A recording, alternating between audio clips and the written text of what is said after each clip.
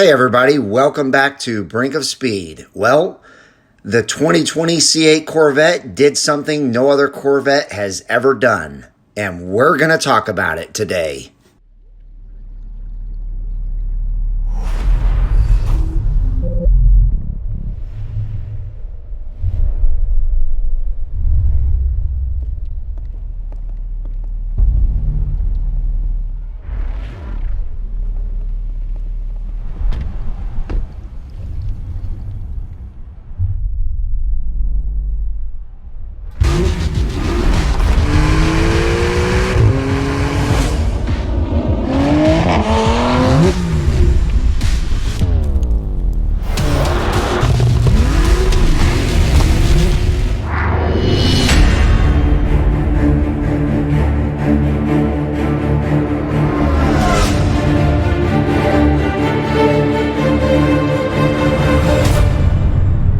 So today we will be talking about the competition between the Porsche 911 Carrera S and the brand new 2020 C8 Corvette Z51 Stingray. But before we do that, let me just mention again my Brink of Speed online store. And just want to show you guys that this store is up and running. It is now available. As you can see, you can go on here and check out multiple items. Pretty much anything you want, we have it. And I also wanted to reiterate that for every item that you purchase, $1 is going to go to lung cancer research. And we're going to do that for a little while. We will change up every, probably few months and do different charities. But let's go ahead and jump right into this video. Now, as you know, I am a huge Corvette fan, but I am a car enthusiast overall. And so I like all sorts of sports cars. And Porsche is definitely one of those sports cars that I've always loved. I've gotten to drive a few of them. The latest Porsche that I drove was a 2005 GT3, and that is probably the coolest Porsche that I've ever driven. Now, the newest, latest, and greatest Porsches, as most of you probably already know, have now come out with a twin-turbo engine, whether you buy a Porsche turbo or not. Normally, or always before, when you refer to a Porsche as a Porsche turbo, you are meaning the 911 twin turbo Porsche. However, nowadays, basically their whole lineup of sports cars come with turbos. And so this is something that I haven't experienced yet. I don't know that I'll like it, but I have not gotten to experience the new 3-liter flat 6 that's twin turbo now. I also obviously have not gotten to experience the new LT2 in the mid-engine Corvette. And so these are both cars that I have not gotten to drive, but we have a little review here from Motor Trend. And as the title said, Corvette has done something that they've never done before. Actually, the C8 has done something that Corvette has never done before. And that is, it has scored higher in Motor Trend's eyes than Porsche. And so to start off this video with that discussion, I'd like to go over the stats of both cars. And the first thing that I want to talk about is the looks. And these are obviously just my opinions sometimes when it comes to things like the looks. But I've always thought Porsche made a sleek looking car. However, it just doesn't have the aerodynamic look of a supercar. And so really the only Porsches that I've ever thought looked super aerodynamic were their mid-engine hypercars or supercars. And that was the Porsche Carrera GT and then the Porsche 918.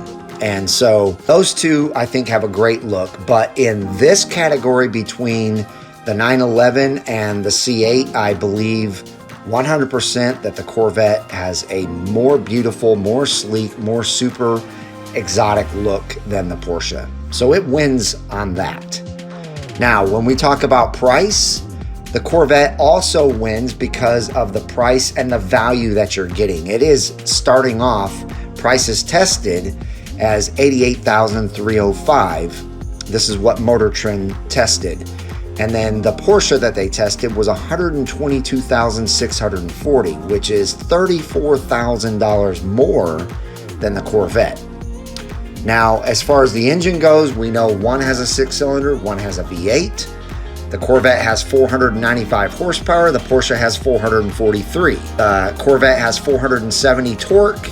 The Porsche has 390 torque. So 52 horsepower different from the Corvette to the Porsche, and 80 pound-feet of torque different from the Corvette to the Porsche. Moving on, the curb weight. Porsche is quite a bit lighter than the Corvette. The Porsche comes in at 3369 and the Corvette is 3622. That's something that I don't like. I wish that Chevrolet would have built this C8 a couple 100 pounds lighter than they did, but really I was hoping it would be about 400 pounds lighter than they did. So I'm not too happy about that. But it is what it is. They've made it handle. I'm certain that it's going to be great on the racetrack, just like Motor Trend says it is. So next is the size of the car. The Porsche is definitely a smaller car now.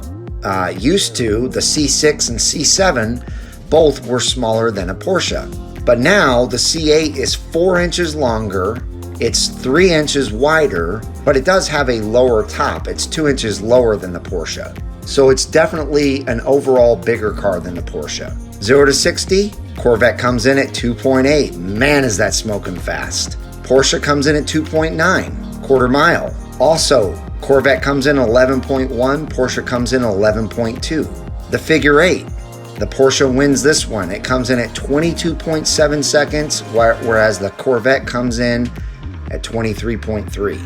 60 to 0 braking. Porsche wins by 1 foot. It broke in 96 feet. C8 was 97 feet. Now, before we go any further on these stats, go ahead and leave me a comment below right now, just letting me know what you think about the numbers that I've gone over so far, and also which car you like better, a Porsche or a Corvette. Okay, so moving on. Motor Trend says that at high speeds, the Corvette is definitely the winner because the C8 felt more planted and solid, whereas the Porsche felt very nervous and light up front. Now, we're going to move on to cornering. The Porsche had great feedback mid-corner, while the C8 had lots of understeer mid-corner. So let's talk about that understeer for a minute.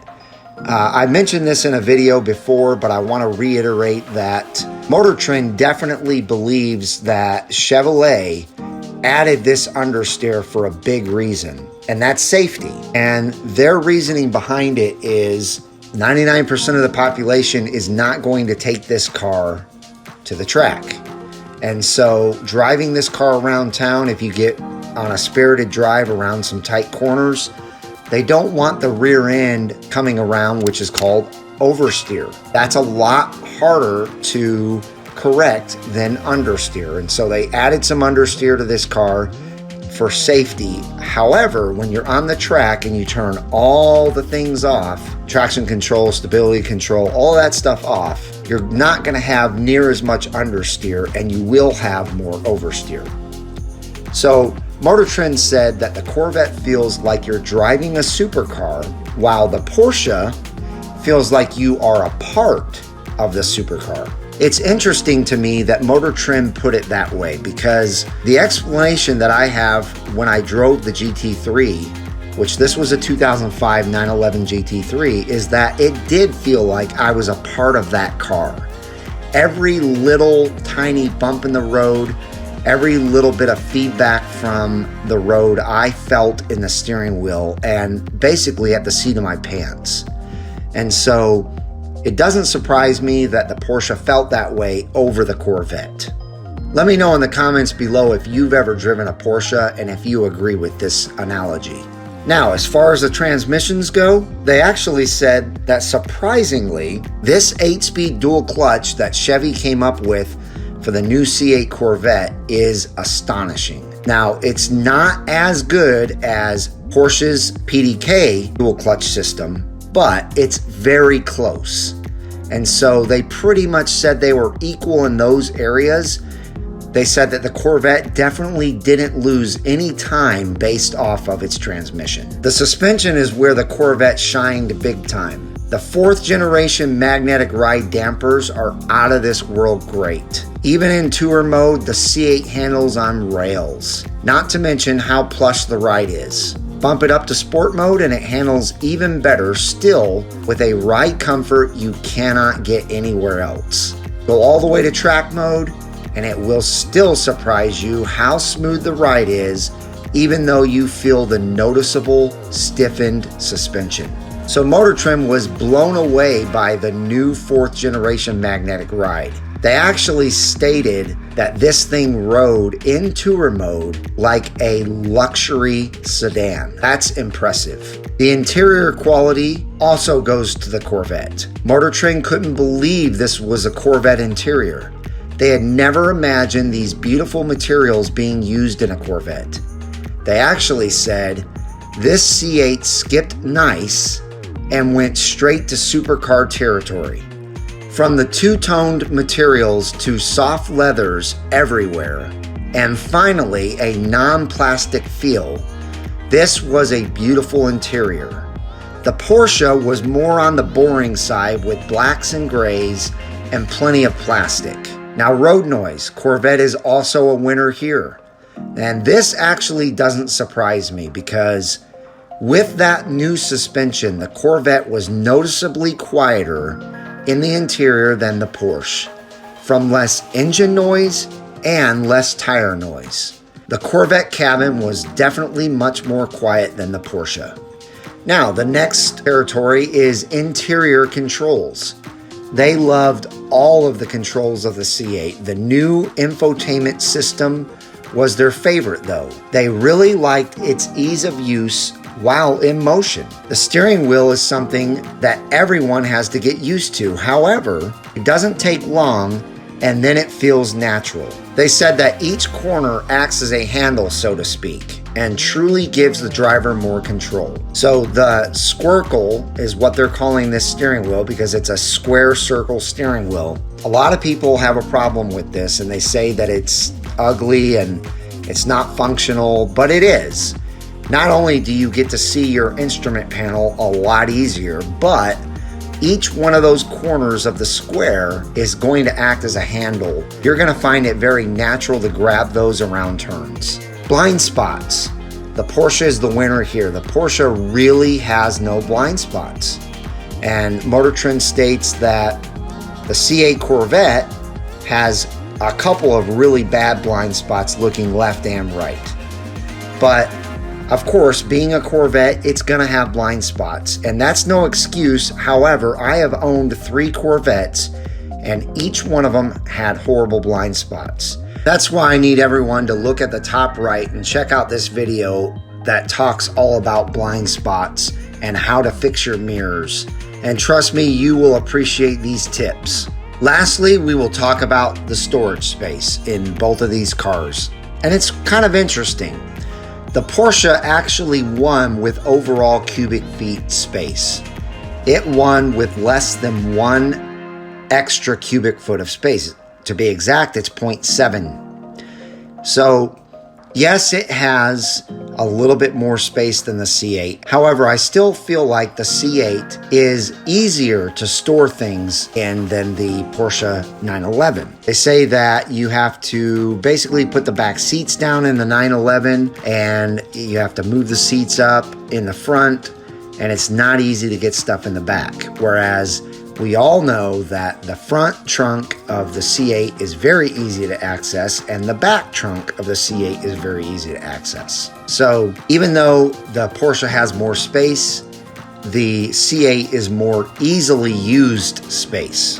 So in conclusion, Motor Trend found that the Porsche was an outstanding sports car and it edged out the C8 in a few categories, but just barely. However, it was lacking as a complete package. The Corvette C8, however, has that complete package, and while it's not perfect, it is darn close. And so it took first in their competition. And this is the first time that a Corvette has ever beaten a Porsche in their competition. So it's exciting times, guys. We already know there's a lot of exciting stuff out there about the C8. If you guys enjoyed this video, please give me a big thumbs up. Please leave me comments below letting me know what you think about what this study has done for the C8 Corvette versus the Porsche 911. And if you have not joined this wonderful Brink of Speed community yet, please hit that red subscribe and bell notification so that you're notified when my new content comes out. I hope everyone has a wonderful rest of your week, and I'll see you out on the road.